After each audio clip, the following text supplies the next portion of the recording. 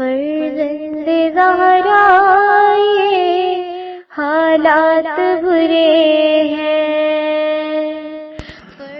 کاشانۂ بصیرت ایک ایسا مکمل یوٹیوب چینل جس پر محروم بصارت کے لیے بالخصوص اور تمام افراد کے لیے بالعموم سینکڑوں کی تعداد میں اسلامی کتب دستیاب ہیں۔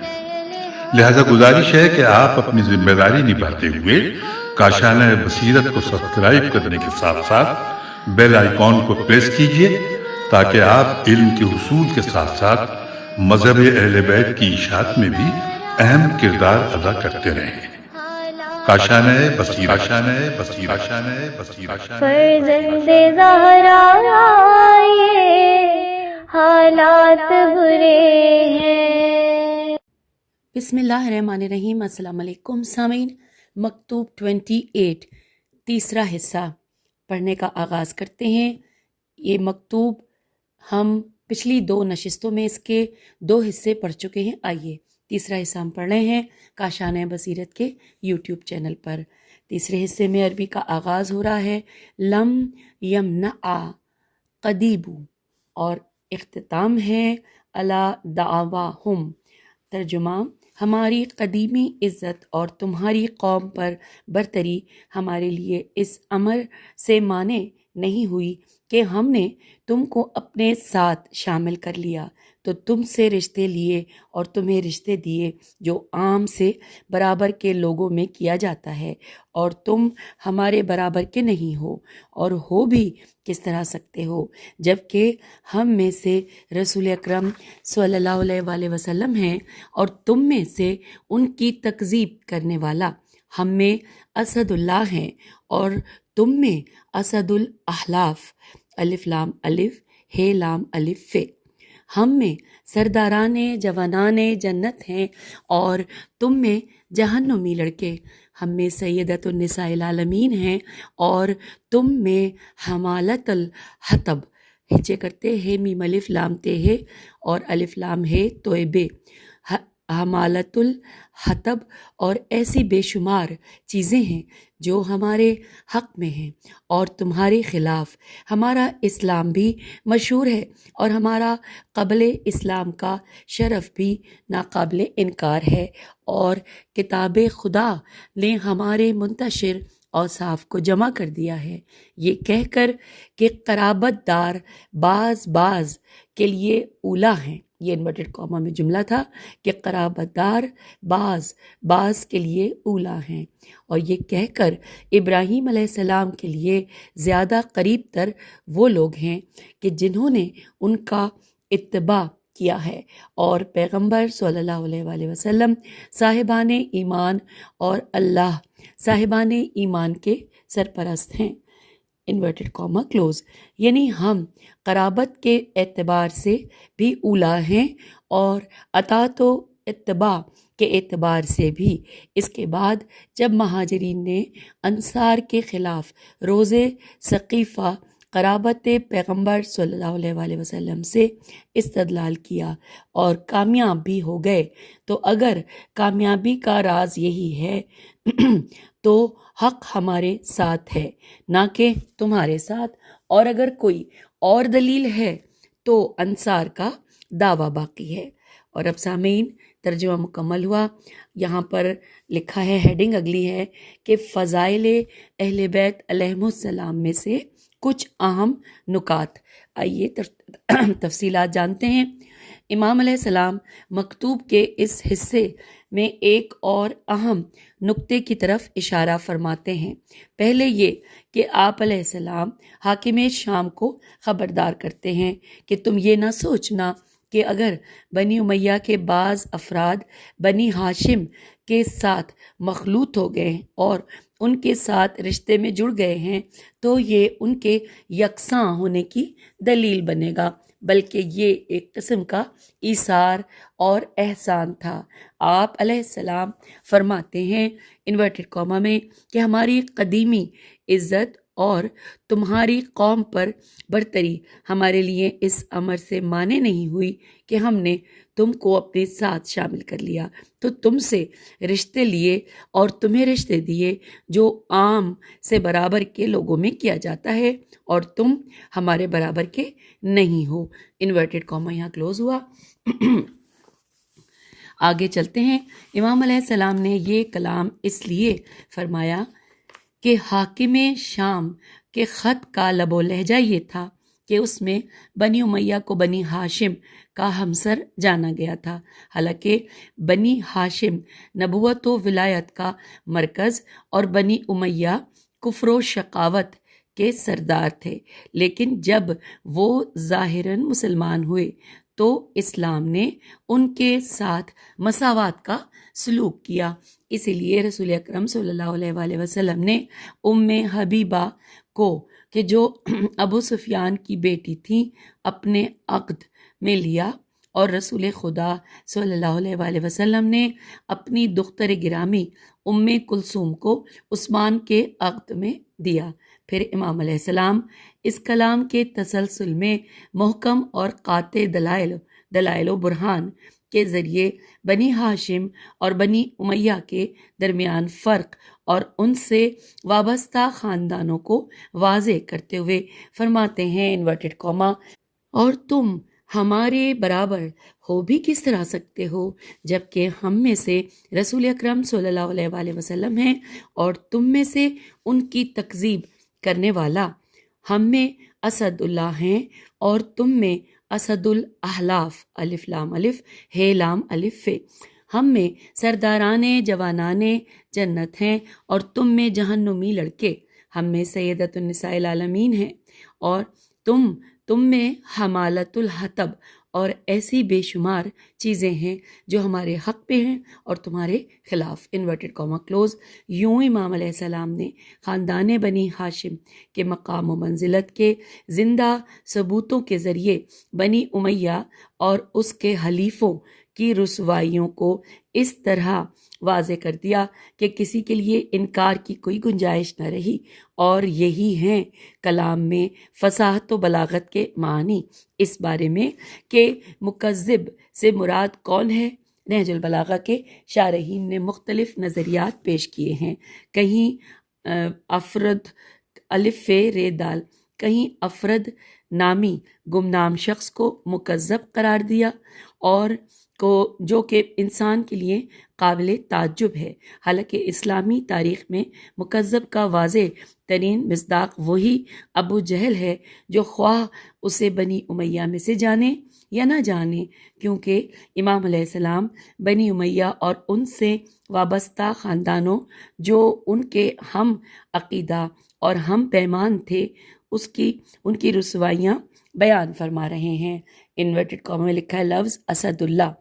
تو لکھا ہے کہ اسد اللہ کے بارے میں شارحین کے درمیان کوئی اختلاف نہیں پایا جاتا کہ اس سے مراد حضرت حمزہ علیہ السلام ہیں، جنہیں حضور صلی اللہ علیہ وآلہ وسلم نے اس لقب سے نوازا تھا، جبکہ اسد الاحلاف کے بارے میں بھی کئی امکانات ظاہر کیے گئے ہیں، حالانکہ اس کا بھی واضح ترین مصداق ابو سفیان ہی ہے، جس نے اپنی جنگوں میں مشرکین کے مختلف قبیلوں سے عہد و پیمان کیا۔ اس کی آخری جنگ احزاب تھی۔ اسی طرح یہاں پہ ورڈ ہے، سواد کے نیچے زیر ہے سب یت النار، یعنی بریکٹ میں اس کا مطلب ہے کہ دوزخ کے بچے۔ تو اسی طرح سبیت النار یعنی دوزخ کے بچوں کے بارے میں بھی شارحین نہج البلاغہ کی طرف سے مختلف نظریات پیش کیے گئے ہیں، لیکن ان سب میں سے مناسب تر یہ ہے کہ ان سے مراد عقبہ عین قاف بے ہے، عقبہ بن ابی معیط میم عین یہ توئے بن ابی معیط کے بچے ہوں، کہ جب جنگ بدر میں اس خطرناک اور سنگ دل مرد کے بدن پر کاری ضربیں پڑیں تو اس کی نظر رسول خدا صلی اللہ علیہ وآلہ وسلم پر پڑی، چنانچہ اس نے ترہم آمیز لہجے میں کہا کہ میں جا رہا ہوں، میرے بچوں کے بارے میں کیا ہوگا؟ تو رسول خدا نے فرمایا کہ جہنم کی آگ۔ حوالہ ہے شرح نہج البلاغہ ابن ابی الحدید جلد نمبر 15 صفحہ 197۔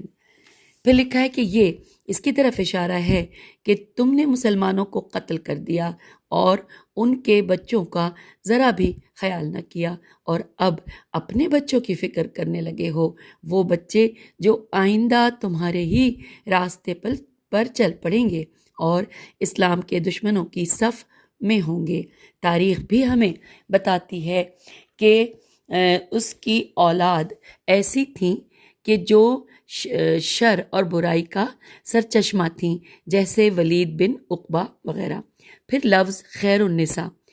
اس سے متعلق تمام شارحین نہج البلاغہ اور دیگر علماء کا اتفاق ہے کہ اس سے مراد خاتون اسلام فاطمہ زہرا سلام اللہ علیہا ہیں، کیونکہ جیسا کہ کتاب صحیح مسلم میں آیا ہے، حضرت رسول اکرم صلی اللہ علیہ وآلہ وسلم نے اپنی بیماری اور رحلت کے وقت اپنی دختر گرامی فاطمہ سلام اللہ علیہا کو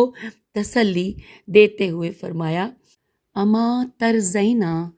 ان تکونی سیدۃ النساء المؤمنین و سیدۃ النساء حاضہ الامتی انورٹڈ کاما کلوز۔ اسی سے اچھا یہاں پر حوالہ نوٹ کیجئے، صحیح مسلم جلد نمبر 7 صفحہ 143 اور 144۔ لکھا ہے پھر کہ اسی سے ملتی جلتی ایک حدیث صحیح بخاری جلد نمبر 7 صفحہ 142 پر اور مسند احمد میں بھی نقل ہوئی ہے، جبکہ مستدرک حاکم میں اس تعبیر کی جگہ سیدۃ نساء العالمین آیا ہے، جو زیادہ جامع ہے۔ حوالہ ہے اس کا مسند احمد جلد نمبر 3 صفحہ 80 نیز مستدرک حاکم جلد نمبر 3 صفحہ 186۔ چلتے ہیں آگے۔ لکھا ہے جہاں تک عبارت حمالۃ الحطب کی بات ہے تو قرآن مجید کے سورہ مسد میں اس کی طرف اشارہ ہوا ہے، سورہ میم سین دال، اس کی طرف اشارہ ہوا ہے، اور نہج البلاغہ کی تمام شارحین اور مفسرین قرآن کا اس پر اتفاق ہے کہ اس سے مراد ام جمیل ہے، جو ابو لہب کی بیوی، ابو سفیان کی بہن اور معاویہ کی پھوپھی تھی۔ جو کچھ اوپر بیان ہوا مجموعی طور پر اس سے معلوم ہوتا ہے کہ خاندان رسول اکرم صلی اللہ علیہ وآلہ وسلم اور بنی ہاشم کا مقام و منزلت اور بنی امیہ اور ان سے وابستہ خاندانوں کی حیثیت صاف واضح ہے۔ امام علیہ السلام نے اپنے کلام کے ذریعے حاکم شام کو اس کے دعووں کا منہ توڑ جواب دیا۔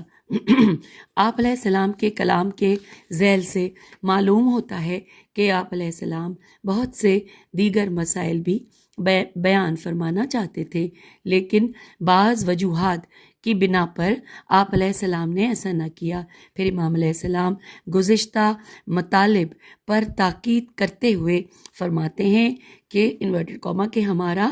اسلام بھی مشہور ہے اور ہمارا قبل اسلام کا شرف بھی ناقابل انکار ہے، انورٹڈ کاما کلوز۔ یہ اس مطلب کی طرف اشارہ ہے کہ اسلام کا آغاز ہم ہی سے ہوا ہے اور پہلے مسلمان ہم تھے، نیز اسلام اور قرآن کا دفاع کرنے والے بھی ہم ہی تھے۔ ہم زمانہ جاہلیت میں بھی نیک نام تھے اور نیک کردار اور امانت داری کے حوالے سے سبھی لوگوں میں معروف تھے، جیسا کہ جعفر طیار علیہ السلام کے حالات زندگی میں ہم ایک روایت میں پڑھ چکے کہ خداوند عالم نے حضور صلی اللہ علیہ وآلہ وسلم کے لیے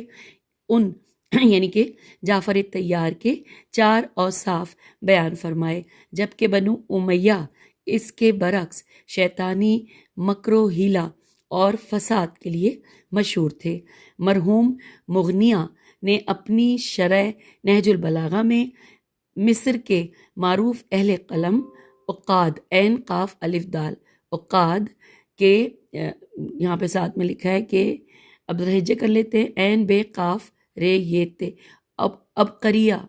عبقریت محمد نامی کتاب سے نقل کیا ہے کہ بنی ہاشم ہمیشہ حسن عقیدہ اخلاقی فضائل اور ظاہری و باطنی حسن کے مالک تھے، جبکہ بنی امیہ مکار اور مکروہ ظاہر رکھتے تھے، اور ہم ہمیشہ تمام اوصاف میں بنی ہاشم اور بنی امیہ کے درمیان اس فرق کا مشاہدہ کرتے تھے۔ حوالہ ہے فی زلال نہج البلاغہ، اور ساتھ میں ہے جلد نمبر 3 صفحہ 471۔ آگے چلتے ہیں، لکھا ہے دلچسپ بات یہ ہے کہ ابن ابی الحدید نے اس فرق کے بیان میں ایک طویل بحث پیش کی ہے جو 3 فصلوں اور تقریباً 100 صفحات پر مشتمل ہے۔ پہلی فصل میں بنی امیہ عبد الشمس کی اولاد کے مقابلے میں بنی ہاشم کے اوصاف بیان کیے ہیں، دوسری فصل میں وہ امور بیان کیے ہیں کہ جن پر بنی امیہ فخر کیا کرتے تھے، جبکہ تیسری فصل میں وہ موہومی اعزازات کا جواب دیتے ہیں۔ حوالہ شرح نہج البلاغہ ابن ابی الحدید جلد نمبر 15 صفحہ 198 اور 295۔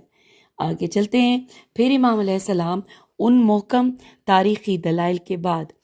قرآن مجید کی طرف رخ فرماتے ہیں اور 2 آیتوں کے ذریعے بنی ہاشم کی حقانیت اور برتری کو ثابت کرتے ہیں۔ آپ علیہ السلام فرماتے ہیں انورٹڈ کوما، اور کتاب خدا نے ہمارے منتشر اوصاف کو جمع کر دیا ہے، یہ کہہ کر کہ انورٹڈ کوما قرابت دار بعض کے لیے اولا ہیں، اور یہ کہہ کر کہ سب لوگوں سے بڑھ کر ابراہیم علیہ السلام سے قریب تر وہ لوگ ہیں جنہوں نے ان کا اتباع کیا ہے، اور نبی علیہ السلام صاحبان ایمان اور صاحبان ایمان کے سرپرست ہیں۔ انورٹڈ کوما یہاں پر کلوز ہوا۔ حوالہ ہے سورہ آل عمران آیت 68 یہاں پر دیا ہوا ہے۔ آگے چلتے ہیں، پھر لکھا ہے کہ امام علیہ السلام اس آیت کی تفسیر و تطبیق میں فرماتے ہیں کہ یعنی ہم قرابت کے اعتبار سے بھی اولا ہیں اور اطاعت و اتباع کے اعتبار سے بھی۔ چلیے آگے اگلے جو پیراگراف ہے کہ در حقیقت امام علیہ السلام ان 2 آیتوں کے ذکر کے ذریعے تمام دروازوں کو حاکم شام پر بند کر دیتے ہیں۔ اگر معیار رسول اکرم صلی اللہ علیہ وآلہ وسلم کی جانشینی یا آپ صلی اللہ علیہ وآلہ وسلم سے قرابت داری ہے تو ہم ہی سب سے زیادہ سزاوار ہیں، کیونکہ ہم سب سے زیادہ آپ صلی اللہ علیہ وآلہ وسلم سے نزدیک ہیں۔ اور اگر معیار حضرت صلی اللہ علیہ وسلم کی تعلیمات سے آشنائی اور آپ کے احکامات پر عمل ہے تو ہم سب سے زیادہ آپ صلی اللہ علیہ وآلہ وسلم کی تعلیمات سے آشنا اور آپ کے آئین کے پابند اور اطاعت گزار ہیں، جبکہ بنی امیہ کے خاندان اور مسند رسول صلی اللہ علیہ وآلہ وسلم پر قبضہ جمانے والوں میں ان 2 امتیازات میں سے ایک بھی پایا نہیں جاتا۔ یہاں یہ سوال پیش آتا ہے کہ کیا صرف قرابت داری رسول خدا صلی اللہ علیہ وآلہ وسلم کی جانشینی کی اہلیت کے لیے دلیل ہو سکتی ہے؟ اس کا جواب یہ ہے کہ امام علیہ السلام نے یہ مطلب اس استدلال کے پیش نظر بیان فرمایا ہے جو ثقیفہ بنی ساعدہ میں خلیفہ اول کے طرفداروں کی طرف سے پیش کیا گیا تھا، اور انہوں نے رسول خدا صلی اللہ علیہ وآلہ وسلم سے قرابت داری کو اپنی ترجیح اور برتری کے لیے دلیل قرار دیا تھا۔ امام علیہ السلام فرماتے ہیں اگر معیار یہی ہے تو ان سب کے مقابلے میں ہم زیادہ رسول خدا صلی اللہ علیہ وآلہ وسلم سے قریب ہیں۔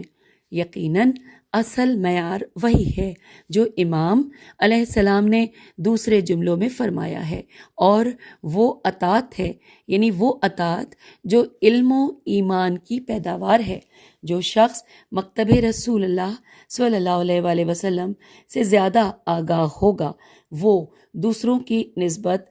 حضرت صلی اللہ علیہ وآلہ وسلم کی جانشینی کا زیادہ حقدار ہوگا۔ اسی لیے ہم امیر المومنین علیہ السلام کو دوسروں سے زیادہ حقدار سمجھتے ہیں۔ اس سے بڑھ کر یہ کہ خداوند تعالیٰ نے آپ علیہ السلام کو آپ علیہ السلام میں پائے جانے والے بے مثل اوصاف کے سبب خود ہی منتخب فرمایا۔ پھر امام علیہ السلام اوپر مذکور مطالب کی مزید وضاحت کرتے ہوئے کچھ یوں فرماتے ہیں کہ اس کے بعد جب مہاجرین نے انصار کے خلاف روز ثقیفہ قرابت پیغمبر صلی اللہ علیہ وآلہ وسلم سے استدلال کیا اور کامیاب بھی ہو گئے، تو اگر کامیابی کا راز یہی ہے تو حق ہمارے ساتھ ہے نہ کہ تمہارے ساتھ، اور اگر کوئی اور دلیل ہے تو انصار کا دعویٰ باقی ہے، انورٹڈ کاما کلوز۔ در حقیقت امام علیہ السلام حاکم شام کی باتوں کے جواب کے ضمن میں خلیفہ اول اور ثانی کے جن کا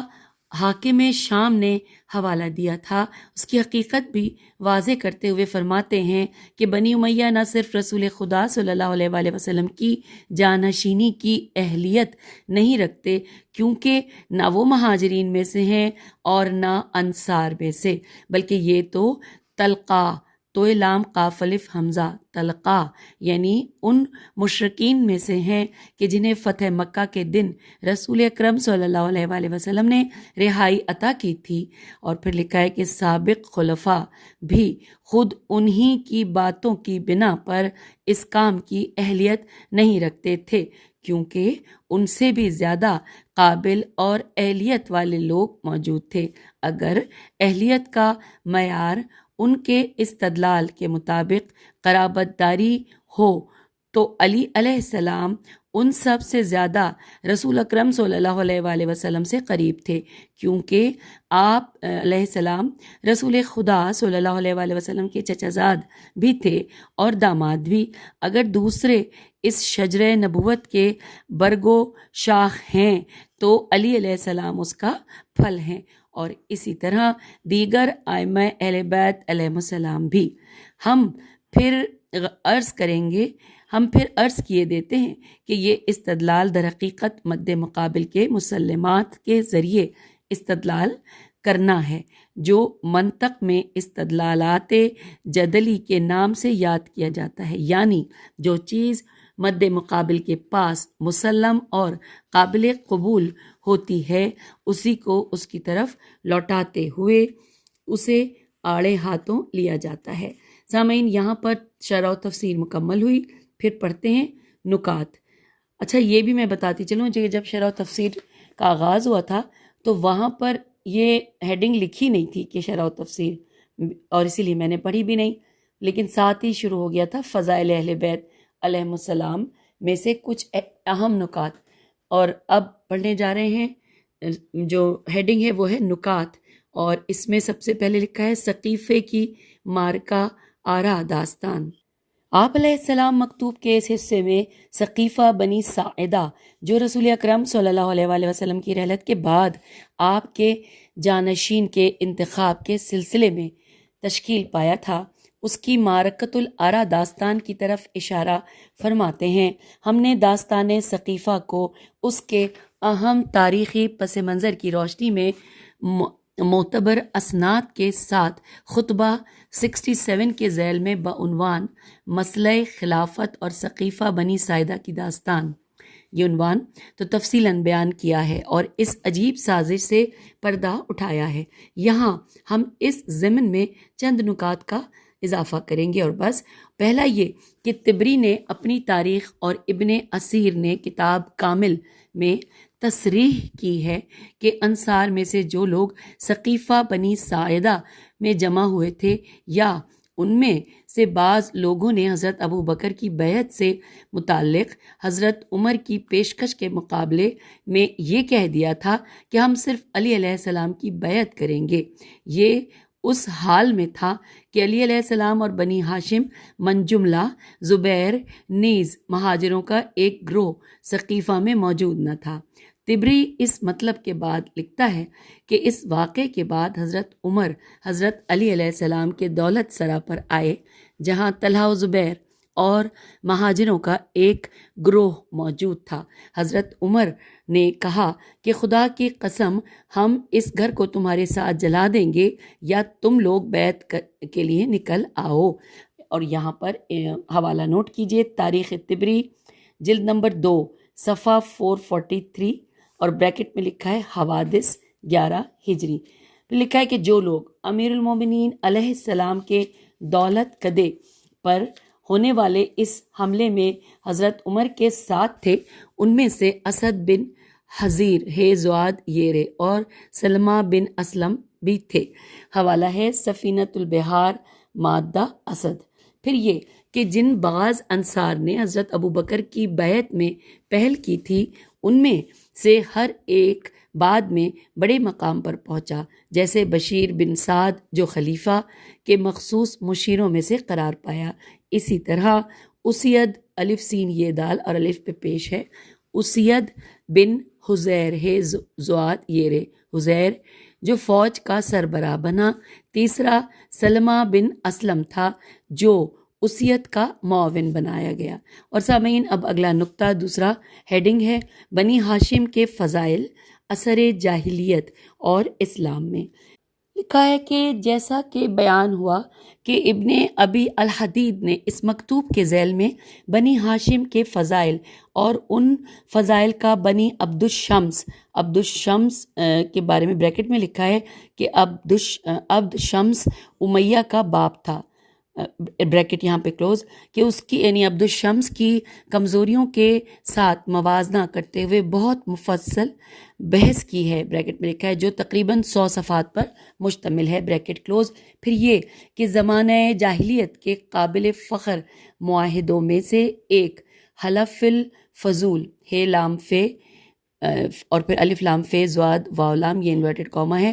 بلکہ یہ حلف نہیں ہے، ہے کے ساتھ زیر ہے، حلف الفضول تھا۔ یہ معاہدہ کمزوروں اور مظلوموں کے دفاع میں عمل میں لایا گیا تھا۔ اس معاہدے میں بنی ہاشم اور عرب کی دیگر اقوام شامل تھیں، لیکن بنی عبد شمس کے قبیلے میں سے کوئی بھی نہ تھا۔ مزید یہ کہ بنی ہاشم نے حضرت علی علیہ السلام، حمزہ علیہ السلام اور جعفر علیہ السلام جیسے عظیم شہیدوں کو راہ اسلام میں پیش کیا، جبکہ بنی امیہ کے پاس